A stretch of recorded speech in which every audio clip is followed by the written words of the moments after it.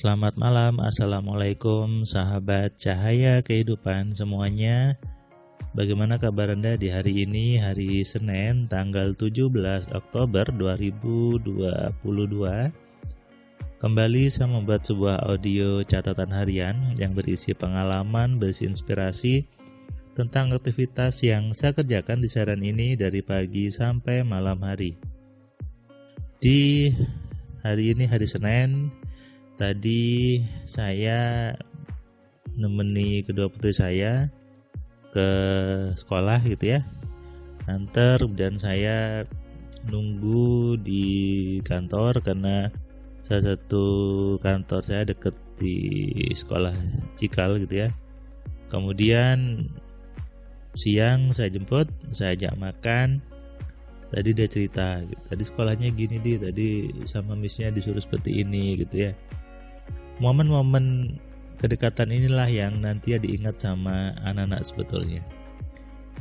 Anda yang sibuk gitu ya, sibuk tanda kutip kerja keras, sibuk dari pagi sampai sore, malam sudah capek, nggak nanya anaknya tadi belajar apa, nggak nanya anaknya tadi ngapain.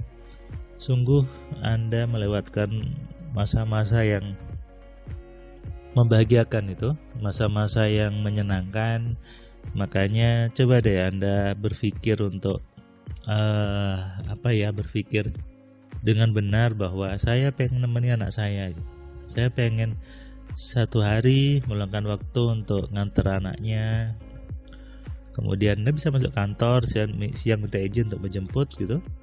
Sehingga apa? Ada bonding, ada kedekatan yang terjaga antara Anda dengan putra-putri Anda. Yang membuat kenakalan remaja meningkat, yang membuat anak-anak menjadi liar karena orang tuanya hanya sibuk memberikan buku, sibuk memberikan baju, memberikan makanan, merasa sudah cukup tugasnya. Tugas orang tua kan ngasih makan, ngasih baju, ngasih kehidupan. Anda lupa, kehidupan itu bukan hanya materi, tapi juga di dalam diri. Bagaimana anak merasa kalau orang tuanya ada. Jadi jangan karena Anda sudah memberi nafkah gitu ya, ngasih uang tiap bulan, nyekolahin, ngasih baju, ngasih makan, lalu Anda merasa sudah selesai tugasnya. Dan nanti ketika dewasa anak Anda jadi liar, tidak hormat sama Anda nyalahkan anaknya. Anaknya dipukul, anaknya dikenai kekerasan. Padahal anak Anda itu adalah hasil dari bentukan Anda sendiri. Bagaimana Anda menata mindset anak Anda, menata pikiran anak Anda, sehingga ketika dewasa dia tidak berbalik kepada Anda, tidak jauh dari Anda. Kalau anaknya tidak perhatian sama Anda, tidak hormat sama orang tuanya, jangan nyalahkan anaknya. Ini yang banyak terjadi di masyarakat kita. Saat anaknya tidak mau belajar, anaknya sibuk main game, anaknya marah-marah, nilainya jelek, tidak hormat sama orang tua, dibentak anaknya, disalahkan anaknya. Anda lupa bahwa anak-anak itu melihat kita sebagai orang tua. Anak-anak itu meniru perilaku orang tuanya. Kenapa saya bahas ini di catatan harian? Karena tadi juga sore gitu ya, saya datang kantor, ada telepon gitu dari seorang subscriber Cahaya Kehidupan. Dia telepon saya, dicerita bahwa Mas Herman, anakku nakal banget, anakku tuh gak mau belajar, saya harus gimana? Saya jawab, perbaiki dulu diri ibu, jangan nyalahkan anaknya. Apakah ibu pernah terlihat belajar di depan anaknya? Apakah ibu juga selalu main handphone di depan anaknya? Jawabannya iya. Ya jangan salah ketika anak juga sibuk main handphone. Jangan salah ketika anaknya tidak mau belajar. Kenapa? Dia tidak melihat kedua orang tuanya belajar. Dia tidak melihat kedua orang tuanya itu melakukan aktivitas belajar. Saya ketika saya ngetik blog gitu ya, saya di depan anak saya. Ketika saya mengerjakan tugas kantor yang untuk meriset sebuah program, saya bilang ke anak saya lagi belajar. Ketika saya main game, saya bilang ke dia lagi main game. Nah, sehingga anak saya dia tahu kapan waktunya untuk belajar, kapan waktunya untuk main game. Gak ada masalah. Bagaimana Anda mau nyuruh ke putra-putrinya belajar, baca buku, sementara Anda tidak pernah baca buku, tidak pernah ngajak anaknya ke toko buku. Anda hanya sibuk bekerja di kantor, berangkat pagi, pulang sore, di rumah malam main HP. Anaknya tidak disapa. Kemudian ketika dewasa anaknya nakal, anaknya liar, anaknya disalahkan. Lucu kan?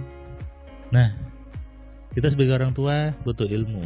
Kita butuh menyadari hal ini, bahwa tingkah laku anak itu bukan karakternya, bukan sifatnya, tapi hasil bentukan dari didikan kita, bentukan dari apa yang kita tanamkan ke pikirannya, apa yang kita bentuk ke pikirannya.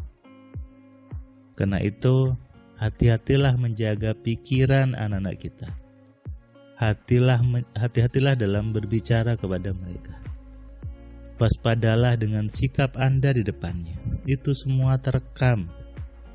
Dan tahukah Anda bahwa usia anak-anak adalah usia yang keemasan otaknya, sehingga mudah sekali merekam seperti spons air. Apa yang dia lihat, apa yang dia dengar, apa yang dia rasakan tersimpan di memorinya. Ketika masih kecil Anda bentak, Anda marah-marahin, tersimpan di memorinya, dan ketika dewasa dia jadi suka pemarah. Bahkan kepada orang tuanya tidak menurut. Bukan salah anaknya, bukan karena dia durhaka, tapi karena kita sebagai orang tua gagal membentuknya. Kita sebagai orang tua salah membentuknya. Ini juga nasihat buat saya pribadi untuk selalu introspeksi, untuk selalu merenung, menjaga lisan, menjaga sikap di depan kedua anak saya. Kenapa? Tentu Anda semua, kita semua pengen membentuk anak-anak yang hebat, anak-anak yang sukses, anak-anak yang kaya, yang penuh dengan sopan santun. Semua itu harus dimulai dari diri kita sebagai orang tua. Semua itu harus diawali dari pribadi kita sendiri. Jangan mengharap anak Anda berubah kalau Anda tidak berubah. Sesuatu yang lucu kalau Anda hanya memaksa anak Anda berubah, tapi Anda tidak memberi contoh kepada anak Anda. Bersama-sama yuk perbaiki diri sebagai orang tua untuk membentuk anak-anak Indonesia yang penuh kecerdasan, penuh dengan sopan santun, dan selalu dalam kebaikan. Selamat malam, selamat istirahat. Buat Anda yang belum subscribe, silakan klik tombol subscribe-nya dan Anda nyalakan loncengnya supaya dapat notifikasi setiap ada video baru di Cahaya Kehidupan. Salam sehat, salam kaya, salam cerdas. Dari saya Firman Pratama. Assalamualaikum.